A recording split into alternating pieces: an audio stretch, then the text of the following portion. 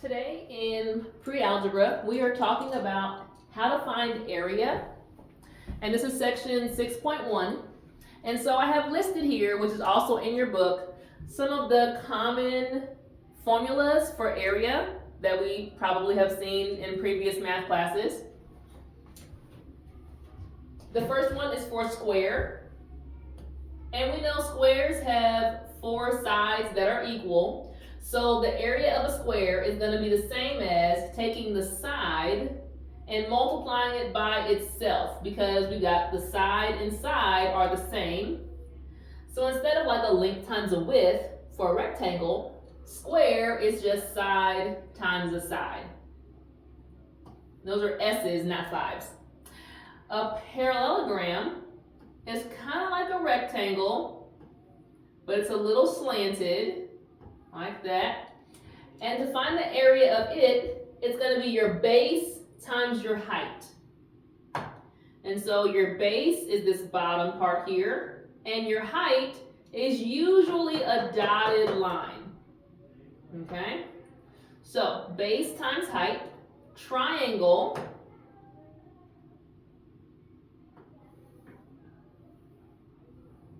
okay, is going to be 1/2 times your base times your height. Base again is the bottom, and the height is going to still be a dotted line, usually from the tallest part or the vertex point down for your height. And then for a trapezoid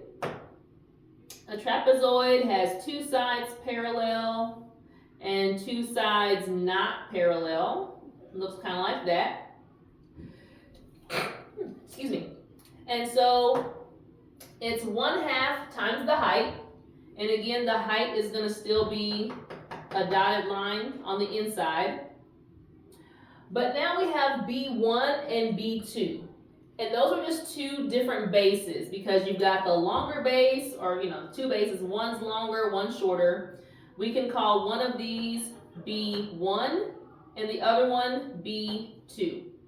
Now, these are not exponents. You're just taking however long this side is plus the length of this side, and that's what's happening inside those parentheses. So again, a review of finding area of some of these more common shapes. The trapezoid is probably the most complicated mathematically, so let's do one example of a trapezoid.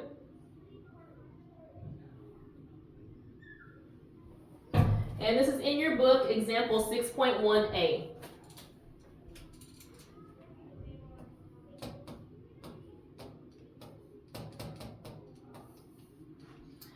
And we're given a trapezoid that looks kind of like this. Oops, a little bit longer there.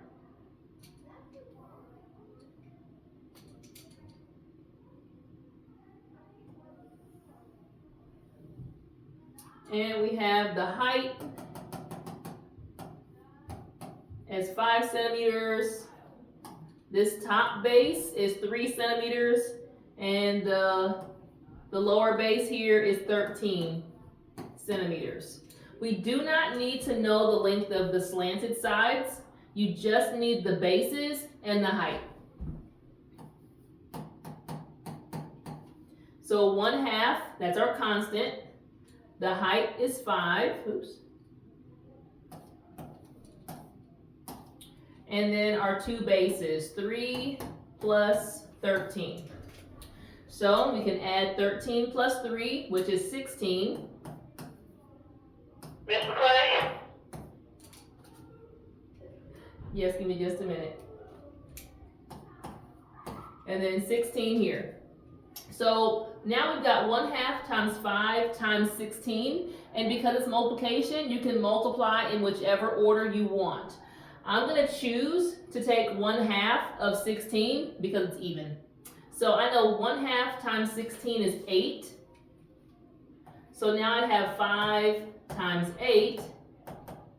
So then I would know that my area is 40. Now because the unit was centimeters, and we multiplied a centimeter times a centimeter, we expect our answer to be centimeters squared, okay? All of your answers for area will be square units every single time, all right?